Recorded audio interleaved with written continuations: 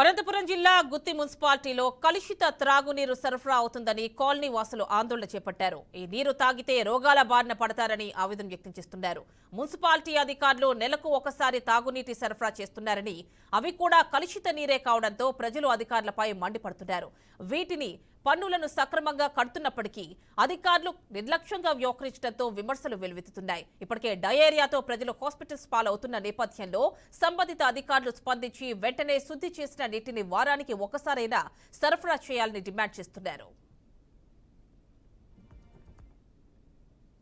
వదులుతున్నారు మా ఏరియాకి. ఏంది నీళ్ళు వదిలితే నెలకి ఒకసారి వదిలినా కానీ కలుషితమైన నీళ్ళు వదిలితే మా ప్రాణాలు పోవాయి. అది నీళ్ళు ఎట్లా వస్తున్నాయి? నెలకు వదిలినప్పుడు కానీ క్లియర్గా వదలకపోతే ఎర్రగా వస్తున్నాయి. మా ప్రాణాలు ఈ వీధిలో పోవాలనే మీరు వదిలేది. కనీసము నెలకు వదిలేటప్పుడు నీట్గానే వదులుతున్నారా? అది లేదు. కనీసం మాకు నెలకోసారి వదిలేటప్పుడు నీటి పన్ను ఖచ్చితంగా కట్టుకుంటున్నారు. మాకు నీళ్ళు వదిలితే ప్రాణాలు పోవా? మాకు ఏరియా మీ మనుషులం కాదా? ఏందండి ఇట్లా చేస్తున్నారు మీరు? నెలకు ఒకసారి అక్కడ ఇక్కడ పోయి ఆటోలు వేసుకొని నీళ్ళు ఎత్తుకొని వస్తున్నాము.